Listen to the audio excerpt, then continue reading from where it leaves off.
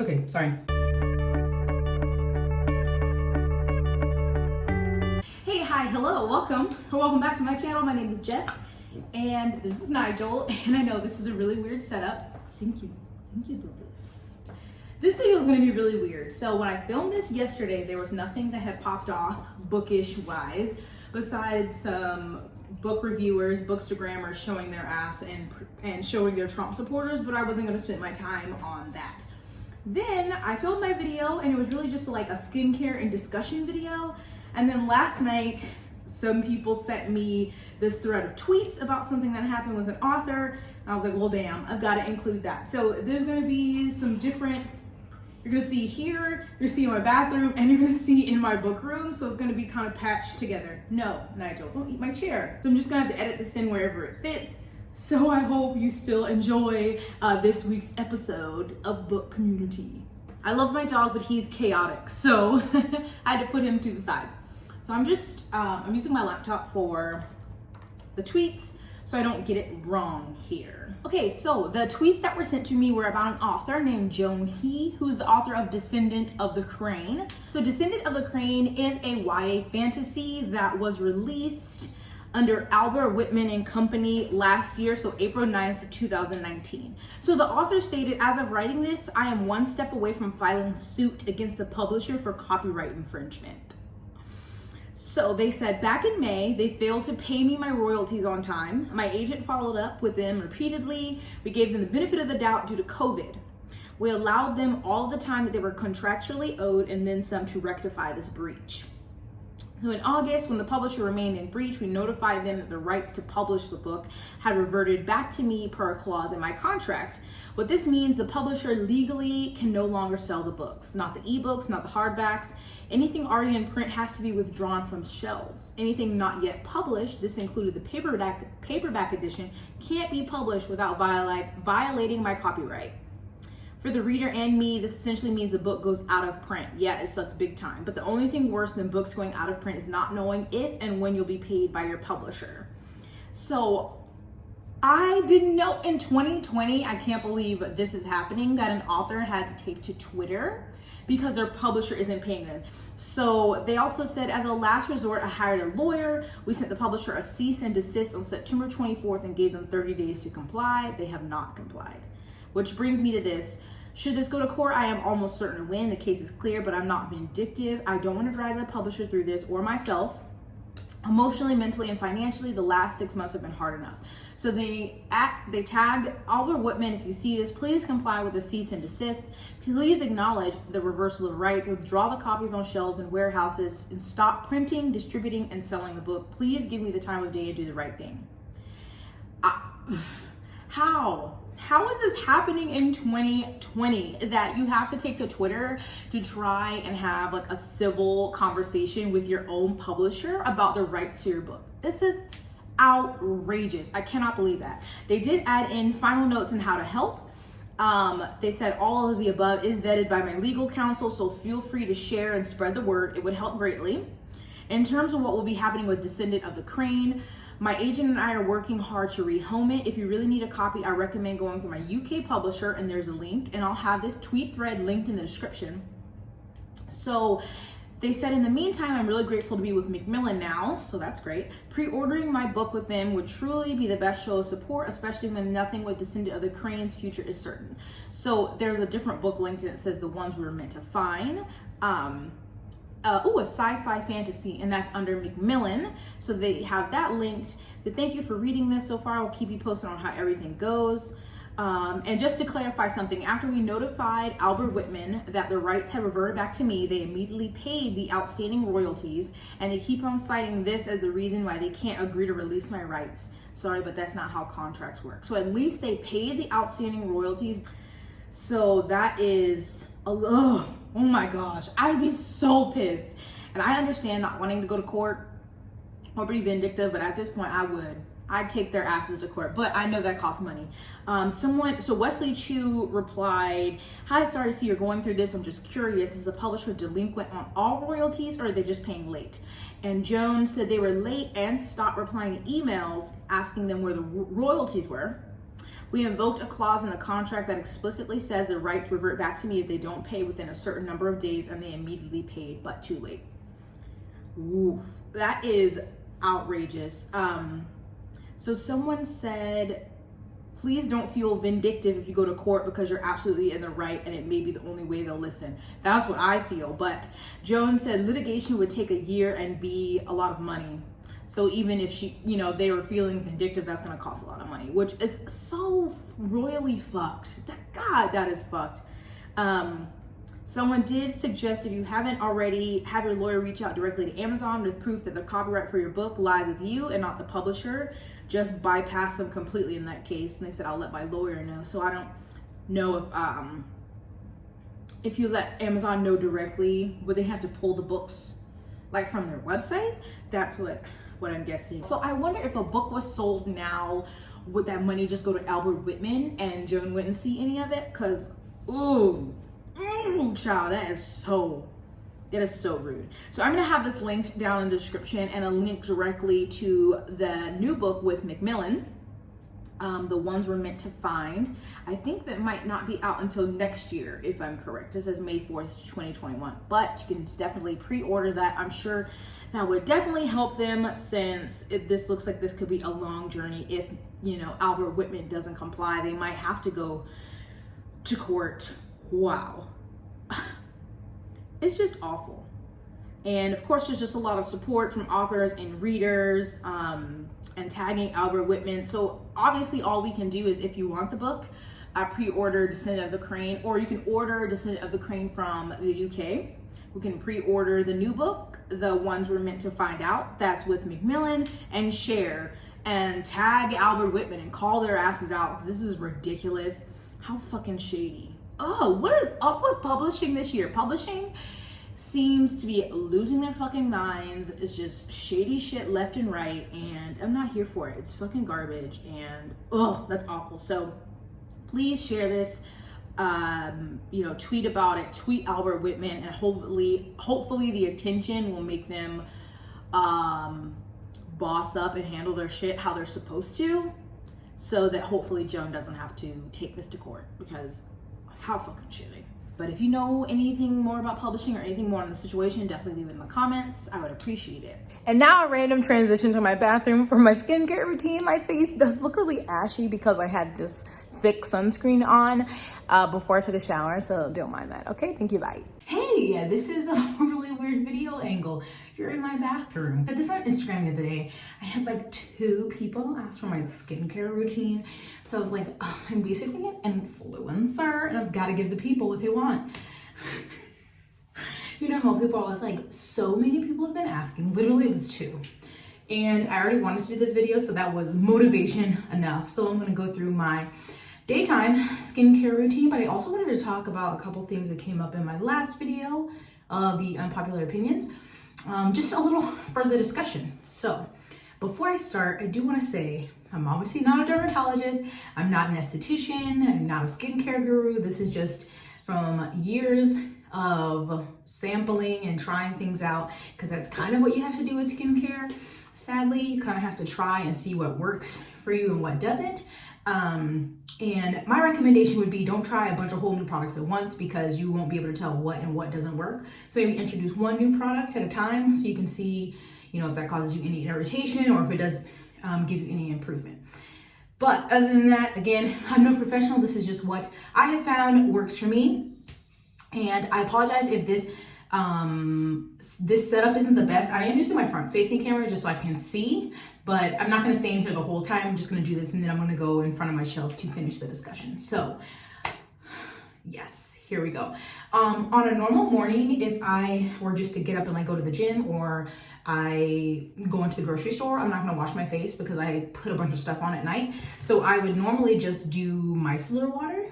I just have this simple one, just like on a cotton pad, wipe off my face, and then do a little bit of moisturizer and sunscreen. That's all I would do, because I'm not gonna wash my face, go to the gym, wash my face again. I only wash twice a day. So today though, I already went on a walk with Nigel. It was long and sweaty. I just took a shower, and so I'm actually gonna wash my face, but I just wanna let you know about that. A quick option. So I'm gonna start with a wash. I used to wash my face in the shower. I have learned over the last year that you shouldn't use super hot water on your face because I shower in molten lava. So I don't wash my face in the shower anymore.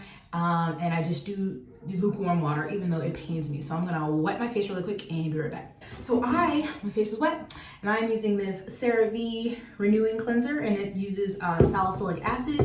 So I just use a little bit of this, and then I rub it in for 60 seconds.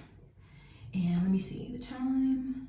Okay, so on my video, in the comments, one of the biggest replies, or the most, one thing that people replied the most about was about the trigger warnings. So one of the unpopular opinions was that they don't want trigger warnings on books. And most people in the comments disagreed, as did I, saying that I would have no issue with trigger warnings. I personally don't need them, but if someone else does, then I don't mind. And I have seen a couple of books have it like in the beginning, you know, the beginning pages where there's like the dedication. But in the comments, some great discussion came up about like how would we go about it? Who would get trigger warnings? Like it needs to be like uniform and not just, you know, picking and choosing or calling out certain authors. And I thought that was an excellent question because there's really not some like huge governing body over like publishing, to my knowledge. Oh, I think that was a minute. Wow, when you're talking, that goes a lot faster. All right, I'm gonna pause and I'm gonna rinse this off. Now, I know in the commercials, people always splash in water, but I get water everywhere. So I use a microfiber cloth to rinse off my face. You know, whatever. It's probably not right, but it's what I do.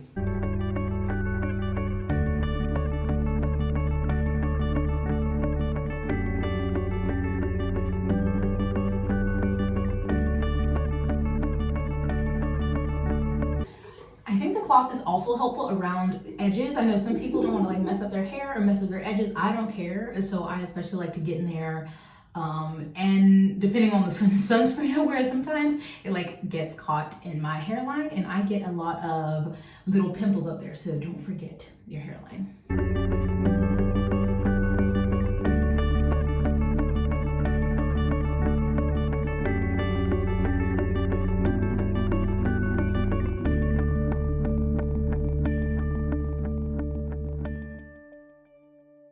So I didn't dry, my whole face is still pretty damp. I was not crying. I put in eye drops because my eyes are the most sensitive things on the planet. It's so irritating. So after I cleanse in the morning, then I'm going to tone. So I used to use a witch hazel for a toner, and I've also learned that is very drying, or any alcohol-based toner. So now I use a hydrating toner. This one is from Paula's Choice, and it is the Enriched Calming Toner. Wow, I'm sorry, my timer went off because I had my Red Bull in the freezer. I have like a certain time, I've timed it perfectly, where I put it in the freezer and it becomes like slushy. 37 minutes, oh my God. So good. This little brewmate thing, that's like a skinny can koozie. Okay, sorry. Anyway, I was saying I have combination skin. I just came up the stairs. I'm sorry, I could catch my breath. So my T-zone is very oily. The rest of my face is very dry. So I do use the dry, very dry from Paula's Choice. There are so many options. I love this brand. It is a little more pricey, but the great thing is you can get so many things in a sample or travel size. Like you could get a little size like this, little sample of a mask, even just like little packets like this. So it's a great way to try out products and not spend a whole bunch of money, because that's my thing, is like something costs $20, $30. To me, that's a lot of money, and I would like to try it first to see if it works. So anyway, after I wash, I tone. So I just pat it in like this, my face, and I always include my neck. I wash my neck, all the steps that I do on my face, I do on my neck, because you know, people out here getting facelifts and Botox, all this stuff on their face, and their neck is really giving away their secrets. But then in the daytime, I use this hyaluronic acid. Wait, sorry, I'm no beauty guru. What do they do, like this? No this hyaluronic acid serum, just more hydration. I know I should probably be using a vitamin C as well, but I'm not. And I think a common misconception can be if you have oily skin or parts of your skin are oily to not use hydrating products, and that is very false because you still need to hydrate. So I don't use like this only on the dry parts of my face. I do it all. So I use this one day and night. But okay, and then I tone again. Just lock it in that hydration. Yes. I'm gonna be careful because obviously you're supposed to keep everything away from your eyes, but I'm just really clumsy, and I feel like even if anything gets like in the perimeter, my eyes like to act up. So there's that. And then for toning, I just use this daily moisturizing lotion from Cerave right now because it's not too cold. My face isn't too dry. I do have the moisturizing cream that is heavier, so when it gets colder, I'll switch to that. But for now, this one works for me. And like I said, face and neck. Probably could even do more down here. What do you call it? Your décolletage or décolletage? I don't know. It sounds French and fancy. But yeah, there's that. And lastly, in the daytime, sunscreen. Yes, even us black and brown people need sunscreen. I think they recommend at least 30. And it has been proven that if you're not putting on the accurate amount, that you're decreasing the SPF. So like if I only put on half the amount I should, I'm really only getting 25. This is my favorite that I have found. I love Neutrogena's Hydro Boost line, and I also like this. I just haven't been able to find it here higher than 30, but it's very light. It's more of a gel consistency. Even my husband, who hates sunscreen, says this one, he can't really feel it when he puts it on. And then I also was trying to get a higher SPF, and I thought this one was the same, and this one's 70. So this is Protect and Hydrate Sunscreen, and this one is the same, but it says lotion. So this one is way thicker, and it leaves a cast on my face. Like I try to wipe it in, but it still leaves a cast. So I really only use this one if I'm at home, and I'm not gonna like be filming or anything because it's you can definitely tell, especially like around my hairline. But you should wear sunscreen. The rule is 2 fingers worth. So I do I don't do my whole finger. I do like this much, 2 fingers worth. And that's supposed to be for your face and neck. And you're supposed to reapply every 2 hours, even if you're indoors, unless it's nighttime or you got blackout blinds and no light is getting in.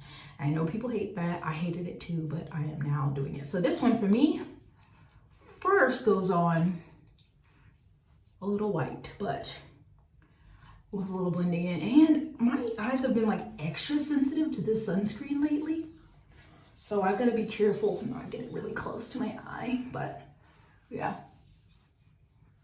rub it in, get those ears. But yeah, obviously sunscreen protects you from the sun, and especially if you are black or brown and you have hyperpigmentation, not wearing sunscreen is just going to make that worse. So you can be doing all these treatments, all this exfoliating and mask, but if you're not wearing sunscreen, you're not helping yourself. You're just doing all that extra work for nothing. So wear it. And the great thing now is it's winter, so you don't have to reapply it as much, because here it starts getting dark at 4:45. So I'm like, woo! Don't have to reapply. But yeah, this one blends in really good for me. Really, unless you're white, it's sometimes going to be a trial and error trying to find the right sunscreen that works for you. I know there are some other ones that are supposed to be really good, but they're expensive. And I think this is $8 for 3 ounces. So there are brands like Supergoop, Glossier, other brands that have ones that are supposed to be really good and translucent that blend in well, especially with brown and black skin. But they are this size or smaller and they're like $20, $30, $40. No, with the amount that you should be wearing of sunscreen, I just can't afford that. So I am good with the Savino or the Neutrogena, which is $10 for that bottle.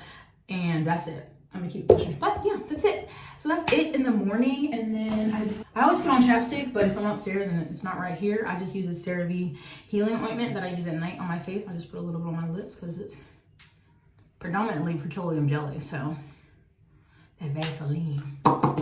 That's it. So I'm gonna move into my book room so we can continue this discussion because I kind of got off track. Hopefully you can see me.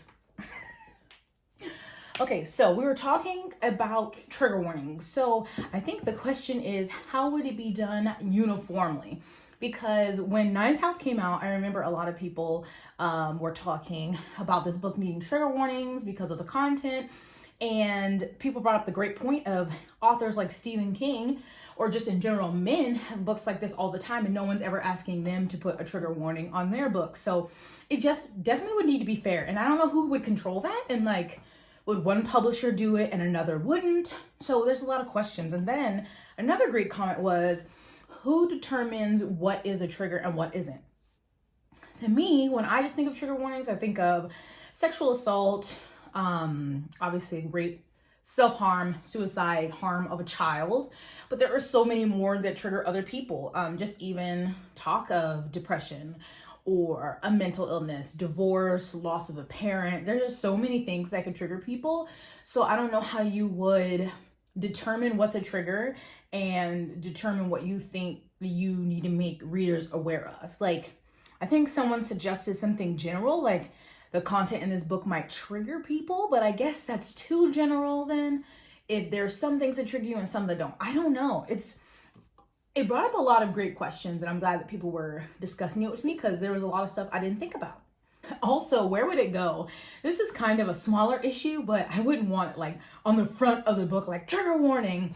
I think inside, like where I saw one for, was it Take a Hint, Danny Brown? I think had it like, you open the pages, there's a title, the publication stuff, dedication, and I think on a page like that, it said trigger warnings for, anxiety or whatever. So I think something like that, but yeah, it's a unique question, but I don't know, who do you bring it up to, even if it's something that people really wanted to get started? Like, you just email all the publishers, you like CC all the publishers to tell them like, we want trigger warnings. So I just wanted to expand on that because I thought it was interesting, and people brought up some great topics. Because say it was a publishing wide thing, maybe Macmillan only considered suicide, sexual assault, self-harm as triggers, and then maybe another publishing group, maybe Bloomsbury, includes more. So I think it's definitely difficult. I know there is a website, I'll have to find it. I feel like someone started a website where they are updating trigger warnings for books, and I don't know how many they have on there. I'll have to find that and let you know. So I don't know. I try when I'm talking about a book to remind myself to give people triggers. Especially if I'm reviewing it. It's just harder because I don't necessarily, those things don't trigger me. So it's not my first thing to say trigger warning for or content warning for. So it's hard. It's definitely not as easy as, yes, put trigger warnings on books and have it done. There's just a lot to discuss. There would be a lot of moving parts, and I don't know how it would be like regulated, but I thought that was interesting to talk about. Something else I wanted to talk about really quick was book boxes, and I'll tell you why Illuma creates on my shit list. But so someone in the comments brought up the great point that book boxes are really wasteful, essentially, because like I said, so many of them end up on those like buy, sell, trade pages on Facebook, like entire boxes, not even like, oh, I just have this bookmark. Does anyone want it? It's like the entire box, and they come out, not all of them, but a lot of them come out monthly. So that's 12 months a year for, I don't know, they've at least been out since 2016, 2017. That's at least 36 boxes right there for someone, for like one person if they've had a subscription this whole time. Obviously the math isn't exact, but that's a lot of boxes. And then there's also other companies that do like a quarterly box, or then there's the regular box and a special edition box. So it just is a lot that they're producing. And myself, I just wonder how long the sub box trend will last. I subscribe to a Bark Box for my dog, and even that we're not gonna do. I think we did like a 1-year subscription, and even that we're not gonna do beyond that, I don't think, because it's just repetitive. But I wonder how long book boxes will be successful, because obviously books are going to keep coming out. And I will say they are helpful to maybe lesser known authors, debut authors, to promote their book and get it out there to a wider audience. So I understand that, and that's very important. But I just wonder how long, I don't know how long it'll be popular, because a lot of those items, I mean, not always, but a lot of them aren't well made. They're just like mass produced things like from China or something with like a print on it or a quote. There are rarely boxes that come out and I'm like, wow, those are really high quality items that I'll keep for a long time. Like the couple boxes that I did get, throw blankets, love, because I love throw blankets. I'm gonna use them forever. Maybe if it was like a hoodie, obviously candles have their value to a certain extent, to use them or for decoration, but just the things like pencils and how many bookmarks does one need, even prints, because like how many prints do you need? I do love enamel pins, I will say that, but like buttons, stickers, just like paper products that are really wasteful that people get rid of. I don't know. I just don't know how long it's going to be a successful thing that there's so many boxes. And obviously there have been some that have had kind of a downfall and gone rogue, really screwed people out of their money. Was it Whimsify box that just stopped talking to people, didn't ship out their boxes, didn't do refunds, and she's just been a ghost in the wind for like the last 2 years. So I don't know. Hopefully, other ones don't end like that, but I'm just wondering. But for now, they seem to be thriving. People love them, I guess. To Illumicrate, so this video won't be too long. Last year, and probably before this, Jay Kristoff kept hinting on Twitter that he was talking with his publisher, Harper Voyager, about getting the first 2 Nevernight books, Nevernight and God's Grave, reprinted, the UK edition, hardcovers, because they were out of print. And people who did have them were selling them for like $1,000 on eBay. And so he kept mentioning it. People kept asking, and I was like, okay, this is awesome. They're going to do a reprint. There's obviously a need, like a desire for them. So it came out last fall. I can't remember if it was October, November, that Illumicrate was going to get the deal with Harper Voyager, and they were going to get to reprint the first 2 books. And they were going to be the UK hardcover with the sprayed edges, which I have wanted so much, because I only have the US hardcover, and I did get the UK hardcover of the final book, but I wanted the first 2 to match. I was going to be really excited. So my husband kindly bought them for me. And then it was like, you pre-ordered them in the fall, and they weren't set to ship till like March of 2020. So I started seeing people, I think in March, get their books. And this was obviously right at the height of the coronavirus starting to the uptick. So our mail here slowed down significantly in the first couple of months. It went from being about 7 to 14 days for things to arrive to honestly 1 to 2 months things were taking. So I wasn't expecting to get mine right off the bat. I was like, maybe I'll get it in May. So I was still waiting. And I was like, okay, now it's been kind of a long time. I was like, can you check your email? He didn't have anything. I didn't have anything. And so I finally sent Illumicrate, like I digged out the receipt and the confirmation number and sent Illumicrate an email. I said, I just wanted to check the status of my Nevernight books. I haven't received an email that they shipped and haven't received them. So then got an email back that said, there was an issue with the shipping company. They were supposed to flag Armed Forces address as they won't ship. They've been really overstretched during the pandemic. So I'm speaking with them and we'll get back to you when I hear back. And so we're like, okay, no worries. We can give you a US address to send them to, just like a regular US address without the problem, because I'm stationed in Sicily, as most of you know, but we have an American address. When you're a military person overseas, your address for like your town usually says APO or FPO. That means it's an American like federal post office box for basically. So for something that I order from the UK, it would literally ship from the UK to the United States, from the United States to me here in Italy. So it is a US shipping address. It's the same shipping rate. Like if someone mails me something from the States, it costs the same based on my zip code, which I think registers as like New York or something. So it's a United States shipping address, but it just is a military, an armed forces address. So we were like, no problem. Obviously we have family. Like I wanted these books. We already paid for them. It's like, we can give you an address to ship them to in the States, and we just have them ship it to us. So thought that was going to solve the problem. And we didn't hear anything back. And my husband was like, I got a refund for the books from Illumicrate. So I emailed them and I said, I just saw that you refunded me for the books. Was there an email where you relayed the information you received from your shipping company? These books were purchased as a gift, and we have another address that's not an armed forces one that you can ship to. Do you still have them in stock? Like, let us know. We've been waiting for a long time. And then they emailed back, I was just about to email you. Were you? We had to refund these books as we no longer have them in stock, and the shipping company lost the original order. I'm afraid. I'm so sorry about this. I will not say I went full Karen, because I was very respectful, and I did not ask to speak to a manager because at that point there was no purpose. But my issue is that I pre-ordered these in October or November. When I went to the website, and if you have ever shipped to an APO or FPO address, you know this. When you go to plug things in, if they don't ship, they will tell you. It either doesn't come up as an option on the drop-down menu, because when you go choose state, it won't be there. So you're like, they don't ship to FPO addresses. Or sometimes it even pops up and then you try to check out and it's like, won't ship.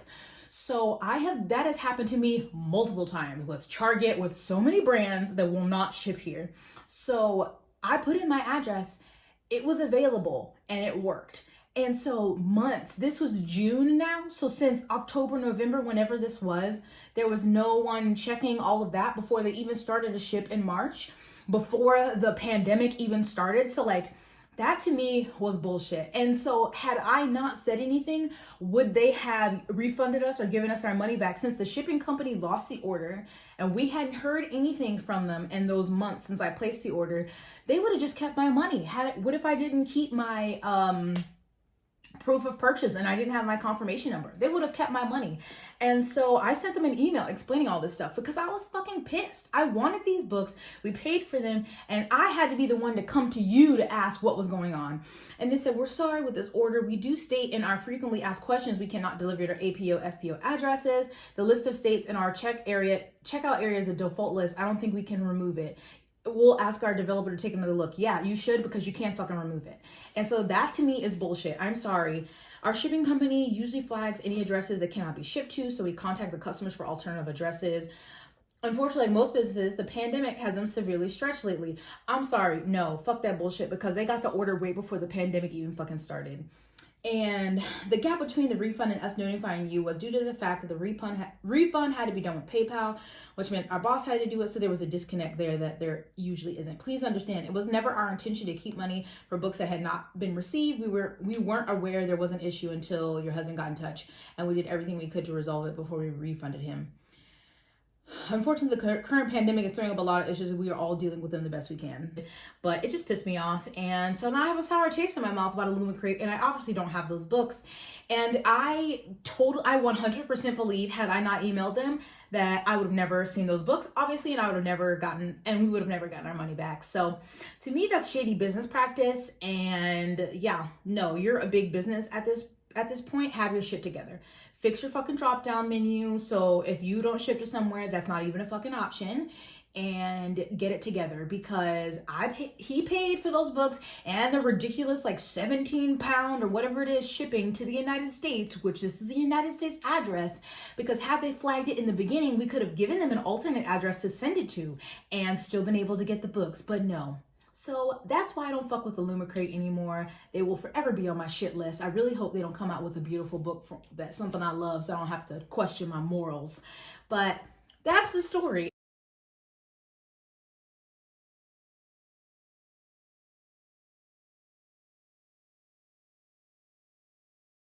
I love how I just went on a rant about book boxes, and then I was watching a bookish haul by Jessie May, and they were sent a box that's a new subscription box. And the company is, I think it's Books and Breadsticks. I may have that wrong. I'm gonna have them linked in the description. It's a new subscription box that's based on like baking and books, which if you follow me on Instagram, you know I love to bake. So I'm like, damn, am I gonna have to try this book out? She opened the box that was sent to her, and it was literally an entire kit to make a loaf of bread, including the pan. And it was like from a local, it's sourced locally from wherever the person who created the box is from. And then the books are, I think, indie authors. They're from independent bookstores. And I'm like, I'm intrigued. Maybe not something I would subscribe to every month, but that definitely sounds awesome and very unique compared to other book boxes that are out there. So I just wanted to bring attention to that. I'm not trying to shit on every book box. There are definitely some that are more original than others. I think there's one that's, I forgot what it's called, but you get the book and they have all these little bookish things that correlate with like something in the book. So you get to page 95 and you open this little thing. I think that's cute. I can't confirm that the items are always great, but that's definitely a more unique idea. So this isn't to just like shit on all subscription boxes. A lot of these people started them themselves, you know, as small businesses. And I guess technically you could still call them a small business, you know, but I just would like to have the conversation on how long we think they're going to survive, like, or thrive, I guess. And then I just want to throw shade at Lumacrate because I'm forever mad. But anyway, and that's it for today's video. I know this was really weird, but there's not a lot of bookish drama going on right now because I think we are all just, you know, breathing out a big sigh of relief at the results of the elections. Or dare I say, we released a breath we didn't realize we were holding. So we'll see what happens going forward this week, if any drama pops off. But I appreciate if you watched this video. I know it's super weird. I'll link all of the skincare products that I use in the description if you're interested. Please give this video a thumbs up and subscribe. Check out my description for anything else, alternatives to Amazon for book buying, for audiobooks. I am an affiliate with bookshop.org, so if you did click on the link in my description and bought a book, I would get a small commission, so thank you if you do. Don't feel bad if you don't. Links to my social media are also in the description, and I hope you are feeling better this week. This is just the first step. I know we have a lot of work to do, but we can at least just pause and breathe for a moment. So I thank you for watching. I'll see you in my next one. Bye.